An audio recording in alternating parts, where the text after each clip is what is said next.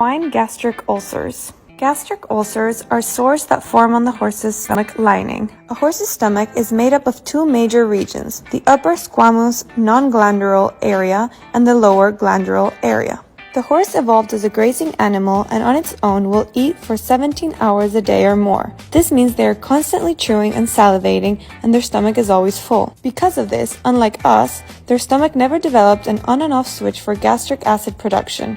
So, it secretes gastric acid 24 hours a day. A horse produces saliva when it eats. One of saliva's roles is to buffer the gastric acid in the stomach. So, when they're not eating, they're not salivating, but they're still secreting gastric acid. This results in a pool of unbuffered and therefore very acidic gastric fluid accumulating in the lower section of the horse's stomach. The lower part of the stomach is able to produce enough sticky mucus to protect itself from its own acidic secretions. The upper part doesn't have the same protection. When a horse trots, canters, gallops, or jumps, gastric fluids are splashed up into the unprotected upper section of the stomach. The acid starts to burn holes in the stomach wall lining. If this occurs repeatedly, the horse will eventually develop ulcers. Reduce the risk of gastric ulcers in your horse by making sure your horse doesn't go long periods of time without hay, not exercising horses on an empty stomach, reduce your horse's stress levels. A great all-natural gastric support supplement is Equine Elixir's